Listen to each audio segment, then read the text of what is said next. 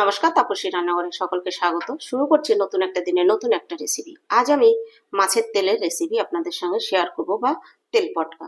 আপনারা মাছের তেলের রেসিপি সবাই অনেক রকম ভাবে করে খেয়েছেন, তবে আজকে আমি যেভাবে করব এভাবে অবশ্যই একবার করে খেয়ে দেখুন।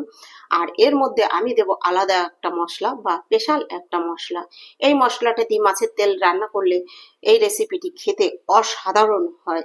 অন্যরকম মাছের তেল রান্না করে খেয়েছেন অন্যরকম ভাবে, তার থেকেও বেশি টেস্ট হয় এই মশলাটা দিয়ে রান্না করলে।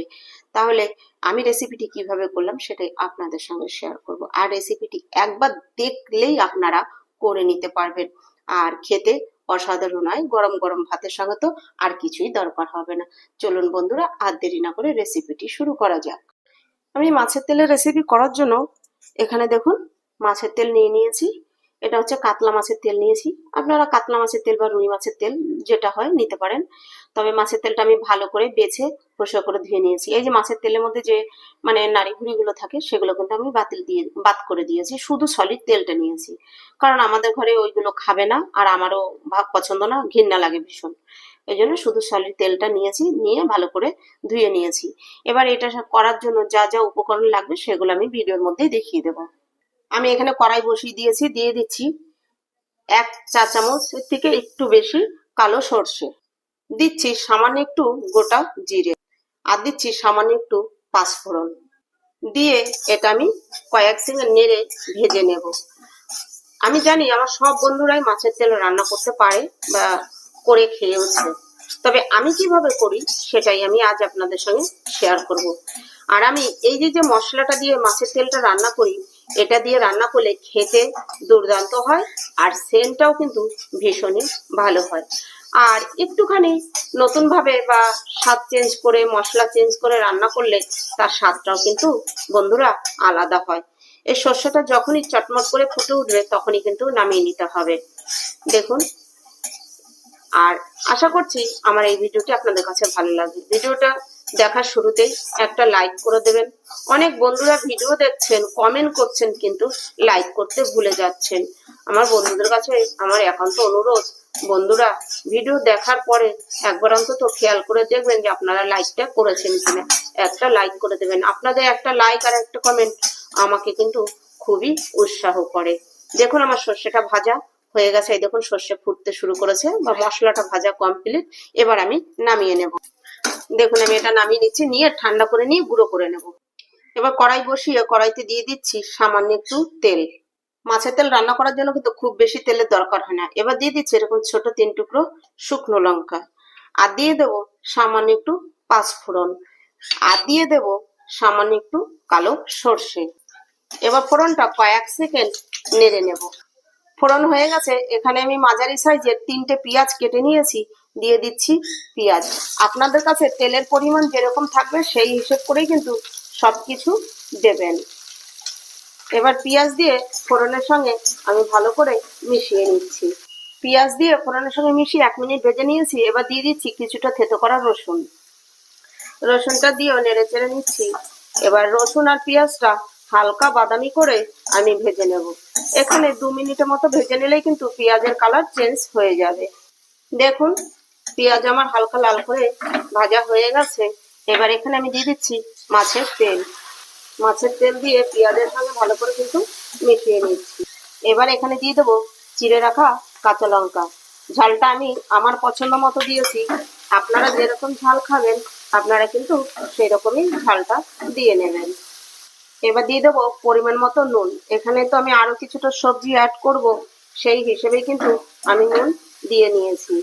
দিচ্ছি পরিমাণ মতো হলুদ, দিয়ে দেবো কাশ্মীরি লঙ্কার গুঁড়ো। এটা কালারের জন্য আমি দিচ্ছি।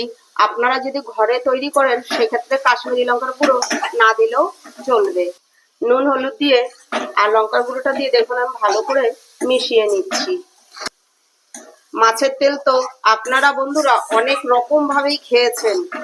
আজকে আমি যেভাবে মাছের তেলটা তৈরি করছি, যে মশলাটা দিয়ে, আপনারা এরকম করে একবার মাছের তেল করে দেখবেন।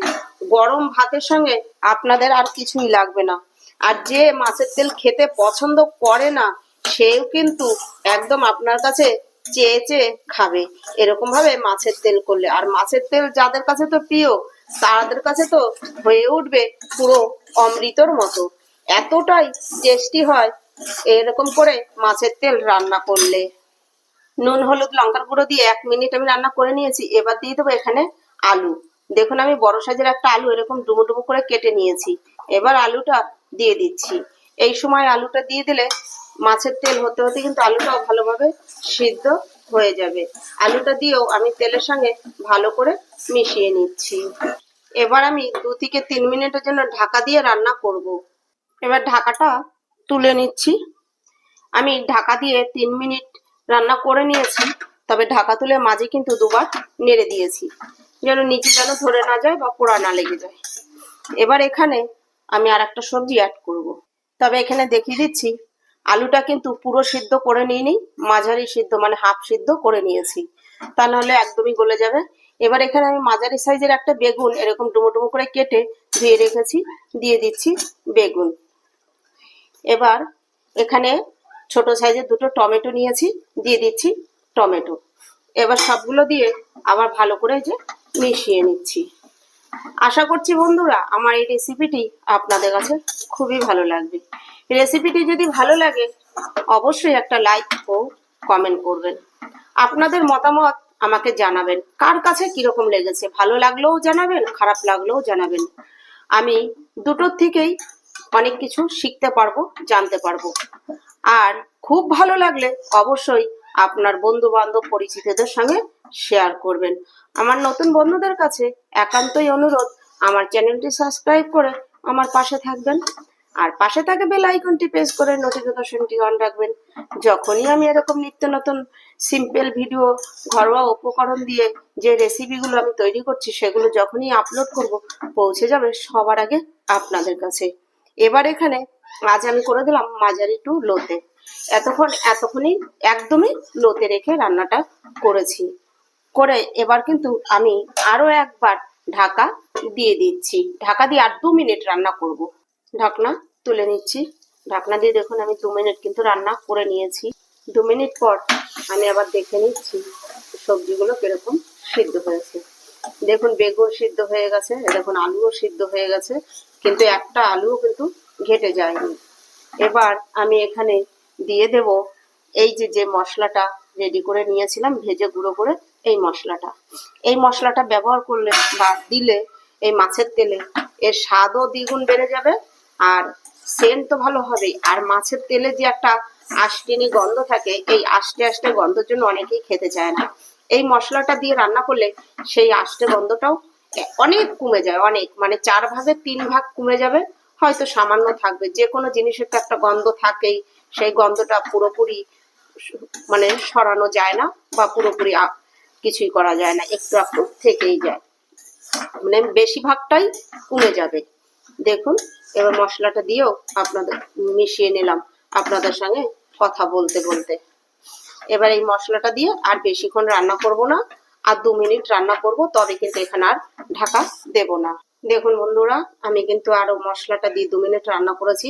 সবজিগুলো সুসিদ্ধ বা ভালোভাবে সিদ্ধ হয়ে গেছে, আর সবজি থেকে যে এক্সট্রা জল বেরিয়েছিল সেটাও পুরো শুকিয়ে গিয়েছে। দেখুন তেল ছেড়ে দিয়েছে। এবার আমি গ্যাস অফ করে নামিয়ে নেব। দেখুন আমি নামিয়ে নিচ্ছি।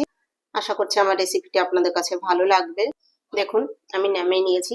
দেখতেও যেরকম হয়েছে খেতেও কিন্তু তেমনি অসাধারণ হয়। আমার রেসিপিটি ভালো লাগলে অবশ্যই লাইক কমেন্ট আর বন্ধুদের সঙ্গে শেয়ার করুন। আমার চ্যানেলটি সাবস্ক্রাইব করে আমার পাশে থাকুন। পাশে থাকা বেল আইকনটি প্রেস করে নোটিফিকেশনটি অন রাখুন। যখনই আমি এরকম নিত্য নতুন ভিডিও আপলোড করব পৌঁছে যাবে সবার আগে আপনাদের কাছে। আজ ভিডিওটি এখানেই শেষ করছি। ফিরে আসবো নতুন একটা দিনে নতুন একটা রেসিপি নিয়ে। আমি তাপসী, আপনারা দেখছিলেন তাপসী রান্না।